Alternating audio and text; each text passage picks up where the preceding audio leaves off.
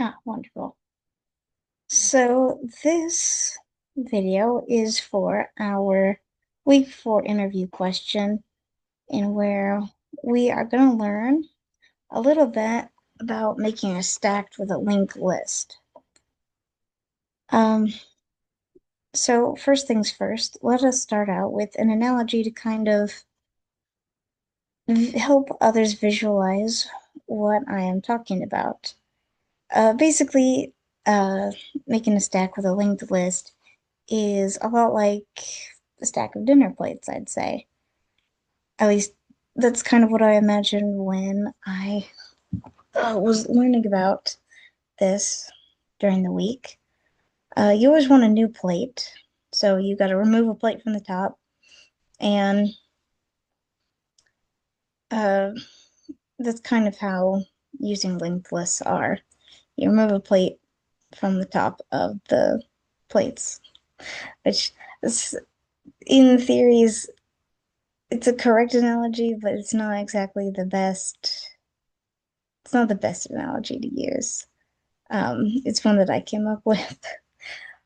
Uh, and so let's get more into the technical side.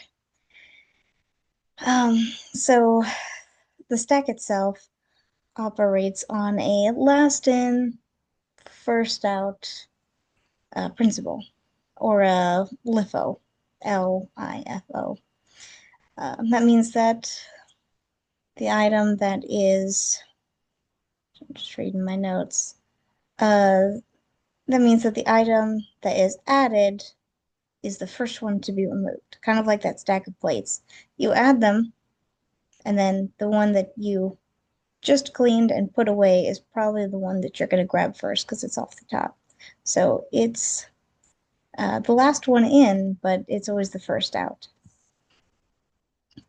Um, I mean, that's really it for the stacked with a linked list. Um, However, implementing the queue is a little more interesting, I'd say, because it is a first in, first out. So more of a come, first serve. Think of it kind of like a line of people waiting. The first person that gets into line is also the first person that gets out of line. So instead of you stacking plates one on top of the other and just taking the one on top, instead the first person goes and the second person goes, which is known as first in, first out. Obviously, that means that the item that's added first is also the first one to be removed, which is the queuing for a linked list. Um, I think really it's a fairly simple concept, and it's one that I enjoy learning about. So that is it for today's interview. Thank you.